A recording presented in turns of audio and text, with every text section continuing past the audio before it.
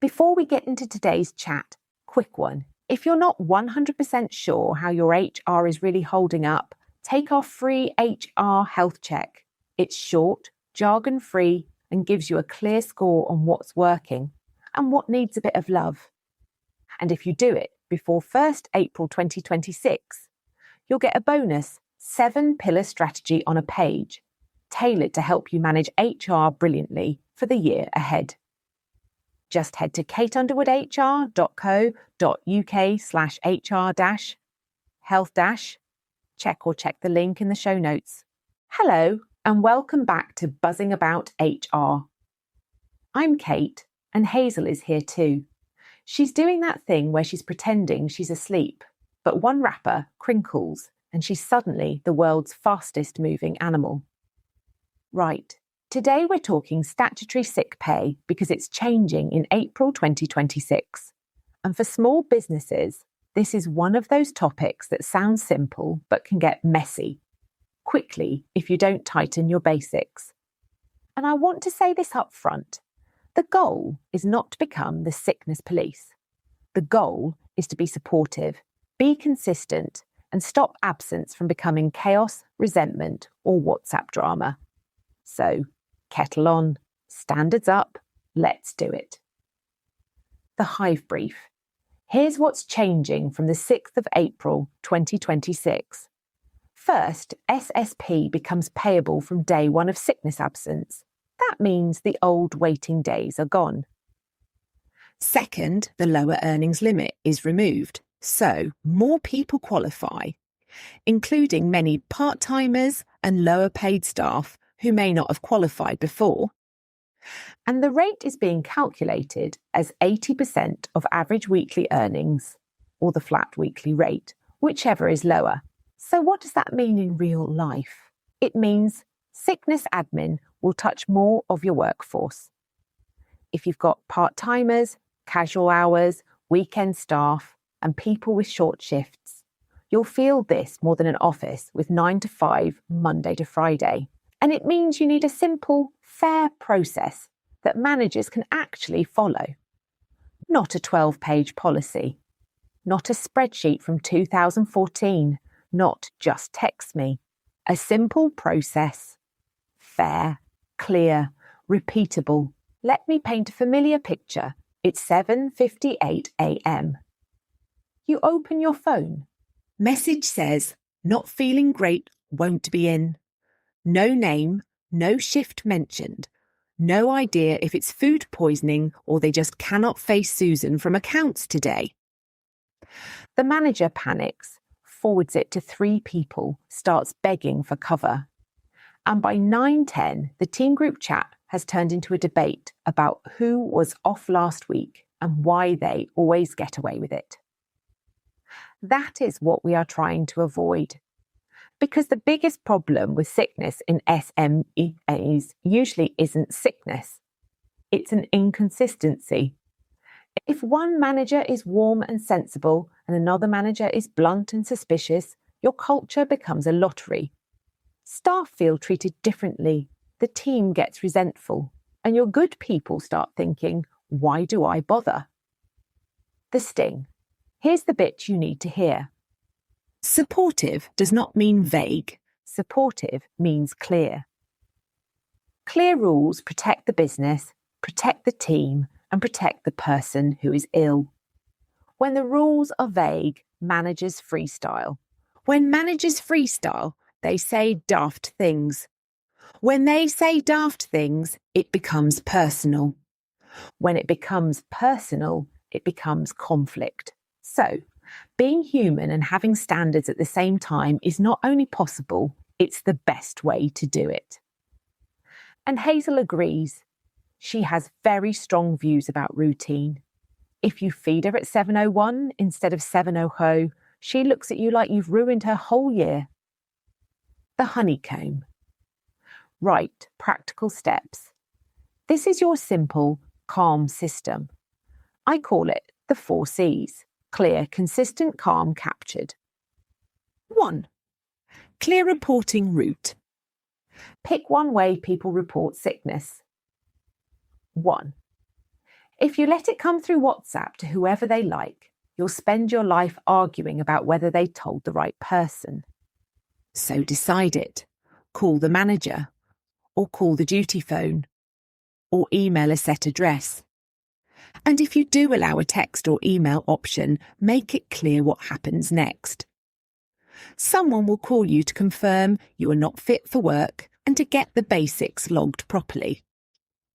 Usually that's your manager, but if they're off, another manager will call you. That way you stay human, but you also stay consistent and you're not relying on a one-line message to run your whole day. Whatever you choose, write it down and repeat it. 2. Clear cut-off time. Set a time by which they must report sickness for that day's shift unless it's an emergency.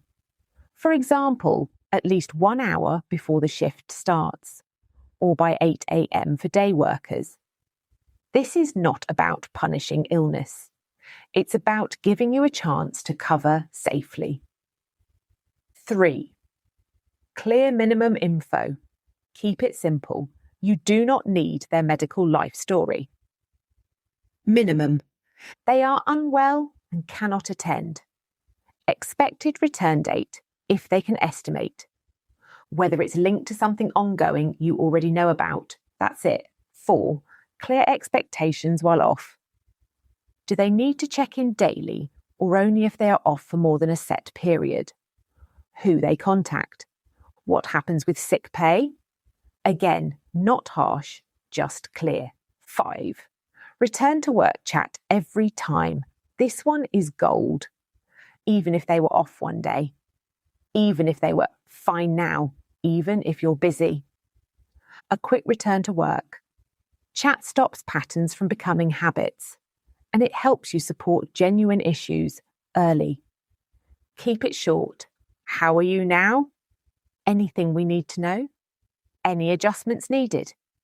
Anything that caused or worsened it at work? Reminder of expectations if needed. It's not an interrogation. It's a reset. 6. Fit notes and deadlines. People often get this wrong. Set a clear deadline for when a fit note must be provided, if the absence reaches that point, and be consistent. Not, I chased one person 3 times, but I didn't bother with the other one. 7. Capture it properly. This is the boring bit, but it saves you. You need a basic record, dates, reason category, fit note received. Return to work completed. Not in the team WhatsApp. Not in a manager's head. Not scribbled on a post-it. And be careful about what you write down. Health information is sensitive, so keep it minimal and relevant. 8. Trigger points that are fair. You need a sensible trigger so you're not ignoring patterns, but you're also not jumping on someone who had a genuine run of bad luck. For example, a set number of occasions in a rolling period, or a pattern like repeated Mondays. When a trigger is hit, you have a conversation, not a telling off. You say, I've noticed a pattern. Is everything okay? Is there anything we can do to support you? And I also need to be clear on attendance expectations. That balance matters. How to keep it human. Now, the tone makes all the difference. If a manager sounds suspicious from the first sentence, your staff will hide information, not share it. If a manager is overly casual and says, no worries, do whatever, your good staff will get fed up and your weaker ones will take the mick. So here's the sweet spot. Try this script. Thanks for letting me know. I hope you feel better soon. Can you confirm you are not fit to work today? When do you think you'll be back? Please keep me updated and follow the sickness reporting steps. We'll do a quick return to work chat when you're back. It's warm. It's clear. It sets the standard. And if you need to challenge a pattern, you can do it without being cruel. Try this. I'm checking in because I've noticed a few short absences. I want to make sure you're okay. I also need to be clear that we need reliable attendance. Let's talk about what's going on and what support might help. Support first, standard second, always both. Right, quick questions I know you'll be thinking. FAQ1. Will this mean more people go off sick? Maybe, but the bigger risk is your lack of process. A clear system reduces nonsense and supports genuine sickness. FAQ2. What about part-timers? This is a big one. With the lower earnings limit removed, more part-time staff will qualify. So make sure your managers do not treat part-time sickness as less important. Their admin still matters. FAQ3. Can someone just text in sick? You can allow a text as an emergency option, but pick a standard route. If you allow anything and everything, you'll never be consistent. FAQ4. What can I ask them when they are off? You can ask if they are fit for work and when they expect to return. You do not need the full diagnosis. Keep it respectful and minimal. FAQ5. What if they keep doing one-day absences? Use your trigger points. Do a return to work chat every time. Patterns are easier to challenge when you've been consistent from the start. FAQ6. What if the team gets resentful? Communicate your approach. We support sickness. We expect reliable attendance. We handle it consistently. Resentment grows in silence and inconsistency. So here's your takeaway. The SSP changes are real and they matter. From April 6th, 2026, it's day one SSP, more people qualify and the rate calculation changes. But your values don't have to change. You can be human and have standards at the same time. You do that by being clear, being consistent, keeping it calm, and capturing it properly. And if you want help putting the system in place, not just nodding along to it, come and join us in Cake, Coffee and Compliance. It's where we uncover the Employment Rights Act 2025, one bite-sized chunk at a time without the legal waffle. You get a clear understanding of what's changing and what it means in real life. And every session comes with 3 practical actions and templates to take away with you so you can actually implement it, instead of just adding it to your mental load. We've also been developing simple online return to work forms that your team can complete properly. We review them and then they can be added to your HRIS system so it's all captured consistently. No more buzzing around trying to find who said what, when, and whether anyone actually did a return to work chat. One process, one record, less stress. If you want to sort it fairly and easily, why not book a call with us and we'll talk you through what good looks like for your business and how we can help. Or have a look at Cake, Coffee and Compliance here. www.katieunderwood.hr.co.uk/training/cake-coffee-compliance.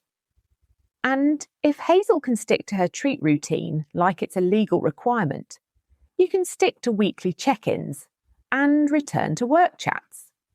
Kettle on, standards up, and if you want help getting your hive in order, book a call and we'll get it sorted fairly and easily. See you next time. That's it for today. But if you fancy a bit of friendly HR advice in your inbox with zero waffle, come and join our newsletter. We send out bite-sized tips, plain English updates, and handy things you'll actually use. No spam, no fluff. You can sign up at kateunderwoodhr.co.uk/newsletter-sign up or just hit the link in the show